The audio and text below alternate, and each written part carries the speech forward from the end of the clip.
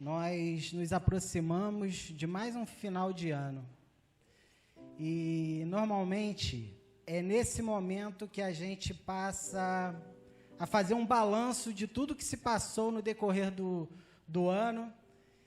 E a gente começa a projetar o ano que vai entrar. E a gente tem essa possibilidade, e isso não acontece apenas com os cristãos, mas o mundo inteiro, de uma forma geral, ele acaba por se encontrar no momento em que ele reserva alguns minutos, algum tempo, para refletir. Como que foi esse ano? Como que eu posso melhorar no ano seguinte? O que eu preciso fazer? O que eu não devo errar, que eu errei nesse ano? E a gente começa a projetar. A gente projeta o ano seguinte, a gente faz planos. Mas, acima dos seus planos, Deus, Ele tem um plano para você. Deus, Ele reserva algo que você nem mesmo teria a capacidade, na sua melhor forma, de imaginar. E é sobre ano novo, é sobre o plano de Deus para as nossas vidas. Eu gostaria de trazer uma breve meditação nessa manhã. Mas antes de começarmos, como tudo na nossa vida, a gente deve orar. Então vamos orar nesse momento. Querido e bendito Deus, Pai eterno, Senhor, diante de nós temos uma oportunidade concedida por Ti, Pai. Muito fácil para mim é ouvir a Tua voz, Senhor. Muito fácil, Senhor. Mas nem sempre é fácil compartilhar aquilo que Tu tens falado. Senhor, nessa hora, confiante naquilo que a Tua palavra diz, Senhor, visita-nos. A Tua palavra diz que Teu Espírito Santo nos guiaria por toda a verdade. Senhor, nessa hora eu clamo, Pai. Estou diante da Tua noiva, Tua preciosa noiva, comprada por preço de sangue, Pai, naquele sacrifício, Deus. Visita-nos nessa hora, Senhor. Envia a Tua palavra e que a Tua palavra vá e produza o resultado para o qual está sendo mandada. Em nome do Senhor Jesus. Amém. Queridos, eu convido você a ler comigo Jeremias, capítulo 29, versículo 11.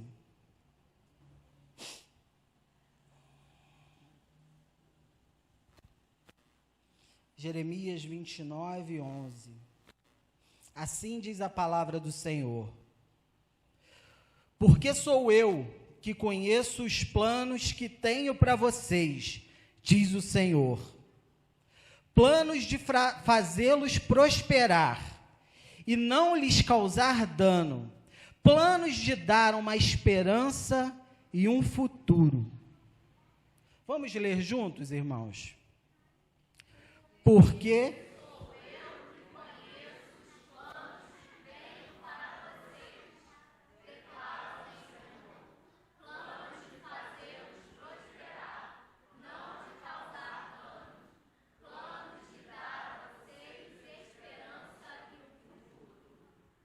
a palavra do Senhor, ela nos revela que o plano, o centro do plano de Deus, ele consiste em te fazer prosperar.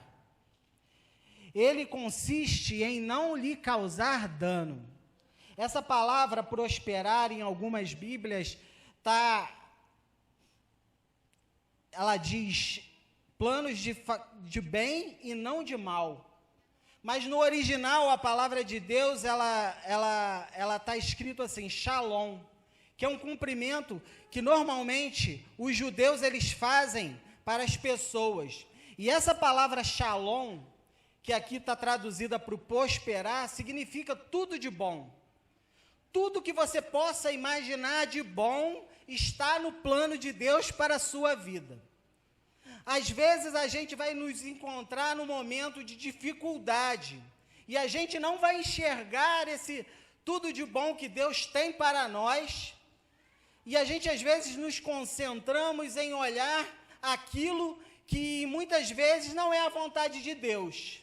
Mas o plano de Deus é que você, nesse ano que se inicia, de 2026, é que você guarde essa palavra. Deus, ele tem um plano de te fazer prosperar, um plano de te trazer o bem. Um plano, essa palavra, ela é linda porque ela trata de saúde plena, ela trata de felicidade, ela trata daquilo que você precisa, todas as suas necessidades se encontram na palavra Shalom, que foi falada aqui por Deus. E ele ainda acrescenta mais, ele vai dizer, planos de dar-lhes esperança e um futuro.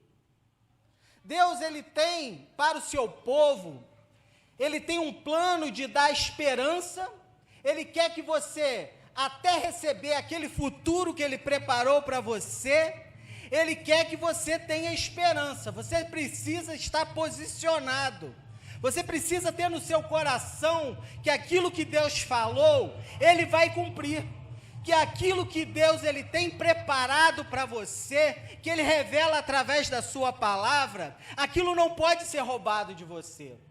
A única coisa que tenta, às vezes, muitas vezes, nos enganar é o nosso adversário. Ele muitas vezes ele vai fazer como ele fez com Eva, quando ali naquela situação do Éden, ele vai dizer assim, mas não foi bem assim que Deus falou. E às vezes a gente dá ouvidos àquilo que não é procedente de Deus. Mas Deus, ele tem como algo, um plano, e esse plano é perfeito para você. Ele deseja lhe prosperar, ele deseja lhe dar uma esperança e lhe dar um futuro. Quando eu estava preparando essa palavra, eu fui pesquisar como que funciona um ano novo para um judeu. E eu me surpreendi com aquilo que eu encontrei. Porque nós, normalmente aqui, a gente vai chegar no dia 31, a gente vai gerar aquela expectativa dos segundos finais pela virada, a gente vai ali olhar e alguns têm algumas superstições, vão para a praia, pulam ondinhas, alguns vestem alguma roupa de alguma cor, tem aquelas situações, qual a palavra me fugiu agora, superstições, cada um traz uma superstição que muitas vezes nem é da palavra. Eu gostaria que você, nessa virada de ano, lembrasse dessa palavra que ela vem da palavra de Deus. E eu fui estudar, eu falei, Deus, como que é um ano novo na Bíblia? Como que tu se revela a nós? Que projeto, que planos são esses que você revela através do ano novo bíblico? E aí eu fui estudar e aí eu descobri que na palavra de Deus, diferente de nós ocidentais, ela é diferente. Eles celebram um ano novo 2 vezes por ano. E eu não sabia disso.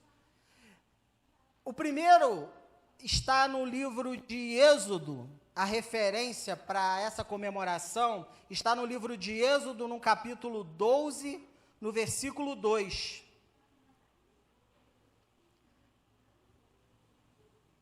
Êxodo 12,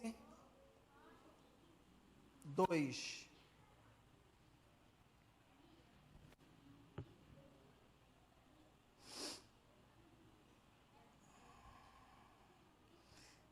Diz assim a palavra do Senhor. Na minha versão está assim. Disse o Senhor a Moisés e a Arão na terra do Egito: este mês vos será o principal dos meses. Será o primeiro mês do ano.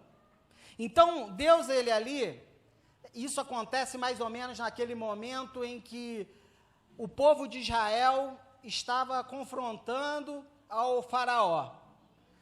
Tinha se passado as 9 pragas, Então Deus ele vai falar aqui para Arão e a Moisés. Ele fala, olha, este vos será o principal dos meses, será o primeiro dos meses. E então, ali Deus ele chama esse mês o mês de Abib. O mês de Abib, diferente de nós que somos ocidentais, o nosso calendário ele se baseia no calendário gregoriano. Então a gente está em 2025.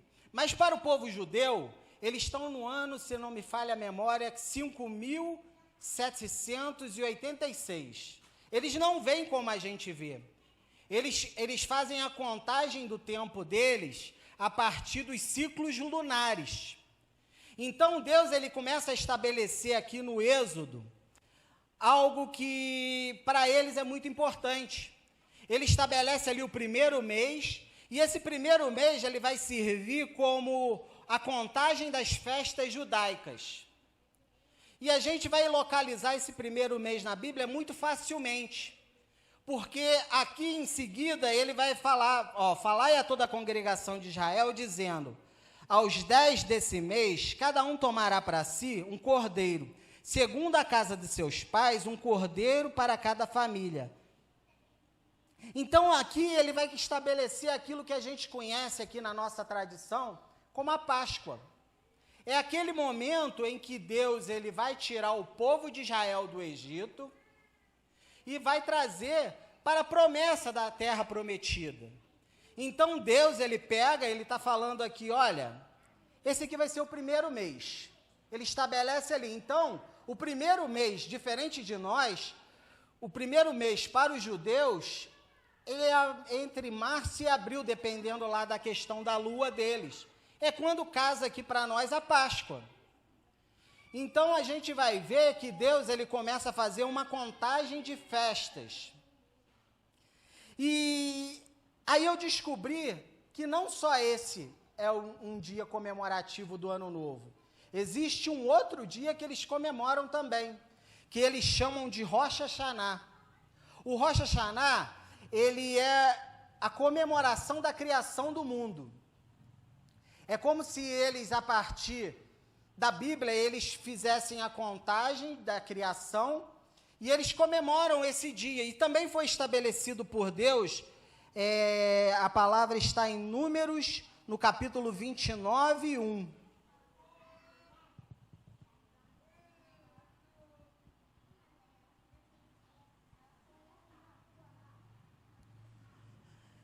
Diz assim a palavra do Senhor, Números 29, 1. No primeiro dia do 7º mês, tereis a santa convocação. Nenhuma obra servis fareis. Ser-vos-á um dia desunido de trombetas. E diz assim em Levítico, no capítulo 23, no versículo 24. Fala aos filhos de Israel. Levítico 23, 24. Fala aos filhos de Israel. Dize, no 7º mês, no primeiro dia do mês, tereis descanso solene, memorial, com os unidos de trombetas, será a santa convocação. Então Deus, ele vai estabelecer aqui aquilo que eles chamam de Rosh Hashanah lá em Israel. No 7º mês, contado a partir do mês de Abib, que aqui para nós é a Páscoa, eles contam 7 meses e vão celebrar uma festa chamada Rosh Hashanah. A Rosh Hashanah, ela tem algumas características. E a característica é essa mesma que nós temos na virada do ano. Eles comemoram a criação da terra, eles tomam um tempo para reflexão, e isso os conduz a um arrependimento daquilo que eles fizeram de errado, é como um balanço que eles fazem do último ano, porque lá eles têm também uma crença que se você não se consertar com Deus nesse período, nesse final de ano, e até por isso Deus ele pede, tu vê, ali Deus ele falou, olha, trabalho e serviço não fazeis, lá é feriado de 2 dias, que ninguém faz nada, não abre nada, é como aqui no dia 25 ou no dia do trabalhador, que nada abre. e lá eles pegam esses dias e eles vão trazendo ao coração aquelas situações que eles gostariam de consertar na sua vida. Coisas que eles precisariam o novo de Deus no ano seguinte. Porque aquilo ali, ele coincide com o período da colheita. Ali eles fazem a colheita, então em seguida eles vão fazer o descanso deles. E eles começam a avaliar aquilo que foi feito, e eles vão criando essa expectativa. E eles vão fazendo a questão, eles trazem o reflexão, o arrependimento, e eles creem que Deus ele vai fazer um julgamento para o ano seguinte nesse período. Então eles falam que é o julgamento de todos os seres. E ali se inicia o início dos dias temíveis. Então eles têm, durante esse período, contado a partir do 7º mês, uma festa que dura ali num período de 10 dias. Então, esses 10 dias, eles começam com 2 dias que eles não trabalham, trazem a reflexão para eles, arrependimento. Então, vai passando esses 10 dias e chega o 10º dia e eles vão comemorar ali o dia do perdão. O dia do perdão é o Yom Kippur, que eles chamam lá. E tudo isso a gente vai vendo que se enquadra de uma maneira geral, ainda que a pessoa não seja judia ou seja cristã, isso de alguma forma geral já está incutido no coração do ser humano. Independente da cultura que a pessoa tenha, ela vai encontrar-se no momento ali de reflexão, no momento que muitas vezes ela fala, poxa, eu fumo, eu não queria mais fumar. Alguns vão começar o ano, vai pensar assim, poxa, esse ano eu vou diminuir nos carboidratos, eu não vou comer mais pão. Existem aqueles que vão começar com uma dieta, existem aqueles que projetam mudanças espirituais, eles falam, poxa, esse ano eu perdi tanto tempo com tantas coisas, desperdicei meu tempo, e não dediquei o tempo suficiente para Deus, o tempo que Deus merece, o tempo de qualidade. Eu passei o ano com muitas distrações, vendo muita internet, vendo muito seriado, e não tomei o tempo necessário. Dependente da pessoa e daquilo que as pessoas elas têm para elas desejam para elas, a verdade é a seguinte, que nós não podemos nada sozinhos. Se o Senhor Jesus não tiver nisso, é como acontece no mundo. A pessoa vai lá, ela vai pular as 7 ondas a vida toda e vai continuar a mesma vida. Ela vai vestir o vermelho e, de repente, a paixão que ela espera lá, que ela espera encontrar, vai passar a vida toda e não vai encontrar. Ela vai vestir de amarelo, ela vai falar, agora meu bolso vai ficar cheio. Mas isso não muda nada na história de uma pessoa. Porque a palavra de Deus, e aí eu vou começar a entrar naquilo que ela revela realmente, sem Jesus a gente não consegue nada. Ali quando Deus ele revela o primeiro mês, o mês de Abib, a Moisés e Arão, ele vai falar o seguinte, olha Moisés, você vai ter que falar para o povo apresentar um cordeiro. Porque ia entrar naquele momento onde chegaria a última praga do Egito. Você vai ter que apresentar um cordeiro. E esse cordeiro, ele não pode ter defeito. Tem que ser um cordeiro perfeito, ele não pode ter nenhum defeitinho. E você vai apresentar ele ao sacerdote, e esse sacerdote, ele vai sacrificá-lo. Vocês vão pegar aquele sangue, vocês precisam passar no batente da porta, vocês precisam passar naquele madeiro, porque o anjo da morte vai passar sobre o Egito, e quem não tiver ouvido a orientação que eu tenho dado ao meu povo, infelizmente vai morrer. E a gente sabe que a última praga foi essa, que quem não tivesse o sangue no madeiro da porta, o anjo passou e levou o primeiro de todo aquele povo egípcio. Ele levou os filhos mais velhos e os animais que eram mais antigos de cada casa. Existe na nossa vida uma necessidade da gente olhar para a palavra de Deus e aquilo que ela revela, e a gente precisa se posicionar sempre baseado naquilo que Deus orienta. Porque muitas vezes a gente quer fazer os nossos próprios planos, e muitas vezes os nossos planos são frustrados, porque sem Cristo no centro, não tem como dar certo. A gente sabe que esse cordeiro que ali era figurativo, que era uma figura, quem é o cordeiro de Deus que tira o pecado do mundo? É Jesus. Então a gente sabe que Jesus ali, ele estava tendo um cuidado com aqueles que eles ouviram a sua palavra. Hoje você está aqui nessa manhã, e o plano de Deus, ele começou muito tempo antes de você nascer, porque a palavra de Deus, ela diz em Jeremias, que ele já tinha constituído ele profeta ainda no ventre. Então você, independente do que você, a forma que você chegou aqui, Deus, ele já sabia que você estaria aqui nessa manhã, e você estaria ouvindo essa palavra. E o desejo dele é que você guarde essa palavra, que você agarre ela e não solte ela. E a palavra de Deus, ela vai nos levando, e a gente vai vendo que muitas vezes a gente conhece a palavra de Deus. Quando Jesus ele vai entrar ali no seu ministério, ele começa numa festa de Páscoa, próximo da festa de Páscoa. A gente vai lembrar daquela passagem onde ele vai até o templo. Assim como você veio hoje de manhã, Jesus, ele tinha o costume de ir ao templo. E muitas vezes a gente ouve as pessoas falando, eu não preciso de igreja.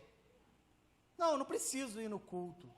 Como que não? Se Jesus, ele ia até o templo para buscar a Deus. E aí Deus, ele vai nos revelar que ele, na Páscoa, ela traz um sentido de purificação. Ela traz o sentido de Deus guardando, Deus dando livramento. É aquele, na saída do povo de Israel do Egito e passando. E Jesus, ele vai até ao templo para cultuar a Deus, e chegando lá ele encontra aquele povo tudo fazendo comércio. Você sabe, você conhece essa passagem. E ele chega ali, ele prepara o chicote e desce o chicote. Por quê? Aquele povo não tinha entendido que aquele momento, que era o mês de Abib, que era o princípio de tudo, era um mês de purificação. Aí, ao invés de fazer a purificação, eles estavam ali fazendo comércio. Então ele vai e desce. Ele desce o chicote e a gente sabe o que aconteceu. Passando aquilo, logo em seguida, ele vai até o tanque de Betesda. E ali no tanque de Betesda, tinham pessoas que ficavam ali naquele tanque esperando um momento em que dentro daquele tanque parecesse como um toque. E aquele toque eles acreditavam que era um anjo que vinha ali e tocava, e quem entrasse primeiro naquele tanque seria curado. E é curioso porque tinha ali uma pessoa, e aquela pessoa, ela estava ali esperando, e aí Jesus chega até ela, e ela está ali, e ela não tem ninguém para levá-la, na hora que, assim dizia a crença, que o anjo tocasse a água, não tinha quem levasse. Então sempre, ela passou, acho que se não me falha a memória, 38 anos indo ali, e a gente vê se repetir essa história da pessoa, ano após ano, esperando algo de Deus, e ali numa superstição de que se um anjo tocasse, ela encontraria a cura dela, e de repente aquele que tinha a possibilidade de dar a cura, estava atrás dela, e ele pergunta a ela, o que queres que eu te faça? E Jesus, ele não vai e joga a pessoa dentro do tanque, ele diz, ser curado, pega a tua cama e anda. E aí aquele homem, ele sai curado dali, ele levanta, e ali um novo começo para ele. Mas o novo começo, ele não veio daquelas superstições que ele tinha. O novo começo para a vida dele veio quando ele esteve diante daquele que é o Verbo, diante daquele que é a palavra. Então, a gente, da mesma forma, na nossa vida, a gente tem que aproveitar esse ano novo e colocar dia após dia a palavra diante de nós. Mas não é colocar a palavra na nossa mente, porque muitas vezes a gente conhece a palavra, mas lá no coração, no momento em que a adversidade aparece, a gente se coloca em dúvida. E a gente sabe que nem sempre a teoria, ela nos leva ao resultado, porque a gente pode passar a vida toda conhecendo essa palavra teórica e não usufruindo daquilo que ela vem a revelar. Então, a palavra de Deus, certa vez, ela disse que Nicodemos, que era um sábio daquele tempo, ele era um homem de bem, ele reconheceu em Jesus, ele olhou para Jesus e falou assim: penseis que tu és de Deus, porque fazendo os sinais que tu fazes, não tem como não ser. Mas o que eu faço para herdar a vida eterna? Veja só, era um homem que tinha todo o conhecimento da lei. Ele tinha todo o conhecimento que não servia para ele vivenciar aquilo que Deus tinha para ele. E Jesus, ele vai falar com ele: necessário vos é nascer de novo. E ele pergunta: como porventura poderia entrar eu na barriga da minha mãe e nascer de novo? E Jesus, ele vai dizer que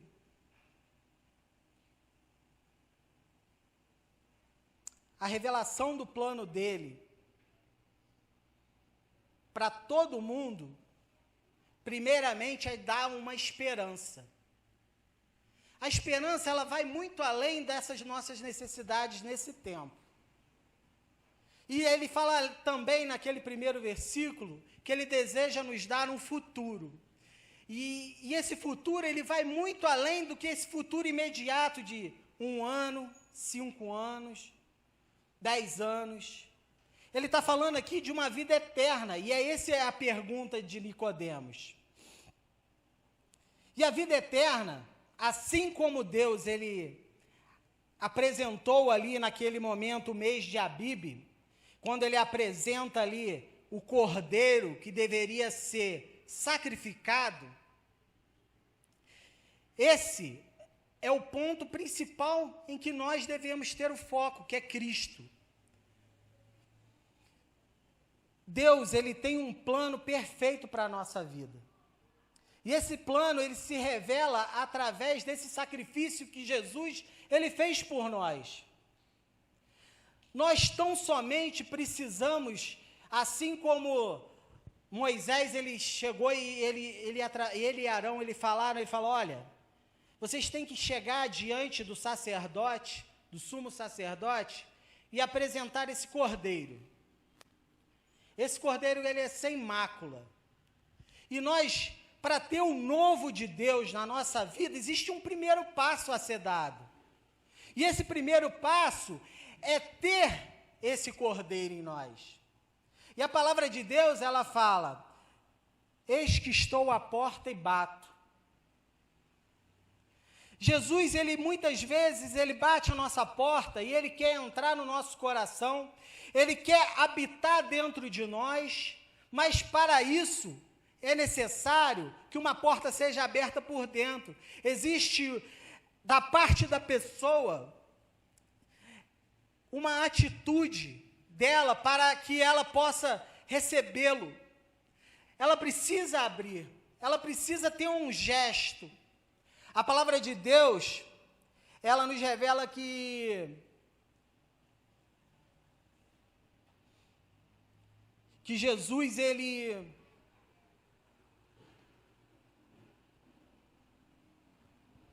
é uma porta.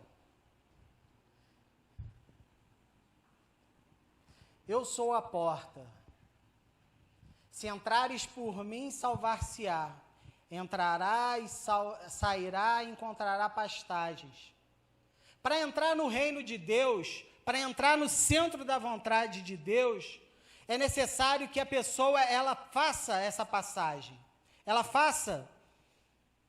E a palavra ela ainda diz: se me confessardes diante dos homens, eu confessarei diante do meu Pai que estás nos céus.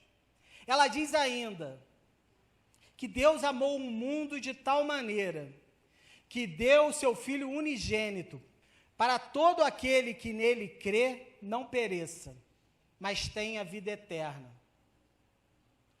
A palavra ela diz que Deus ele veio para que a gente tenha uma vida, e uma vida abundante. A gente viu aqui que muitas vezes a gente tem algumas crenças que não estão alinhadas com aquilo que é a vontade de Deus. E eu nessa manhã eu gostaria de orar por você. Gostaria de orar por cada um de nós aqui. Querido e bendito Deus, Pai eterno, Deus amado, Senhor, Tu tens planos perfeitos para cada um de nós. Senhor, nessa hora eu venho e te peço, Pai, porque Tu tens um propósito para a vida de cada um dos meus irmãos. Sejam aqueles que nos visitam nessa manhã, sejam aqueles que são irmãos em Cristo de muitos anos, Pai. Mas muitas vezes, Senhor, nós nos encontramos em situações em que os hábitos antigos ainda estão presentes em nossas vidas, Senhor. Senhor, nessa manhã eu quero colocar primeiramente a vida daqueles que ainda, porventura, não entregaram suas vidas a Ti, Pai. Senhor, faz-se necessário, Deus, que estes ainda venham Te conhecer, ó Pai. Senhor, traz a clareza, Senhor, traz o entendimento a esses corações, traz a necessidade, Senhor, de estar na Tua santa presença, Senhor, traz a necessidade, Senhor, de entregar a sua vida a Ti, ó Pai, Senhor, de Te conhecer intimamente, Deus, para que Tu se revele a Ele, Tu cumpra, Senhor, esse plano maravilhoso de fazer-os prosperar e não causar dano, desse plano maravilhoso de dar, Senhor, esperança e um futuro, Pai. Eu peço ainda, Senhor, pelos meus irmãos, Senhor. Eu peço por esses que ainda estão nessa nossa caminhada, que um dia nos encontraremos contigo nas nuvens, Pai. Num abrir e piscar de olhos, Senhor, a Tua palavra diz que Tu nos virá nos buscar, Pai. Que os Teus anjos nos buscarão, Senhor, e nos encontraremos contigo nas nuvens dos céus, ó Pai. Fortalece-nos, Senhor, nessa manhã. Nos dê, Senhor, no decorrer desse ano de 2026, Senhor, apenas, Senhor, aquilo que Tu projetou para nós, ó Pai. Senhor, como bem foi dito aqui, Pai, libera a cura sobre a vida dos meus irmãos, Senhor. Libera a cura que Tu tens prometido, que Tu já carregou naquela cruz, Pai. Joga por terra, Senhor, toda enfermidade, Senhor, nessa manhã. Senhor, aquela provisão, Pai, a provisão especial Tua, daquela prosperidade, Pai, aquela vida abundante, Senhor, eu clamo a Ti, Senhor, nessa manhã, Pai, abre a porta de emprego para esse meu irmão, essa minha irmã, Senhor. Deus, em nome do Senhor Jesus, ó Pai, eu clamo a Ti, Senhor, pela vida de cada um e cada necessidade, Senhor. Senhor, venha em resposta, Senhor, aquilo que os Teus colocam no seu coração e avaliam como precioso, Senhor, como necessário, Senhor, nesse ano que se inicia, Pai.